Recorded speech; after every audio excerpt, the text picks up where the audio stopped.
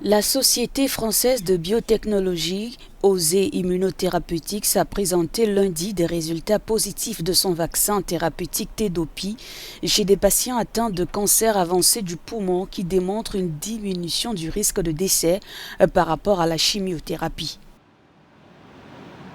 Dans cette étude, on a montré que des patients atteints d'un cancer du poumon à un stade avancé, qui sont en rechute au traitement actuel, chimiothérapie et immunothérapie, chez la moitié d'entre eux, ceux qui ont bénéficié déjà de l'immunothérapie, on a une efficacité supérieure du vaccin par rapport à la chimiothérapie.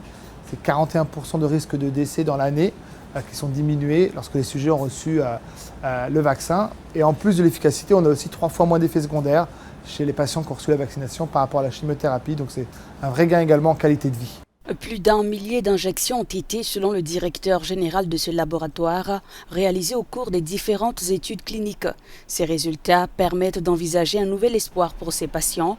De plus, le vaccin Tedopi est aussi testé contre le cancer du pancréas. On a en 2023 une vraie percée des vaccins thérapeutiques contre le cancer. Nos résultats de phase 3 chez les malades très avancés en cancer du poumon.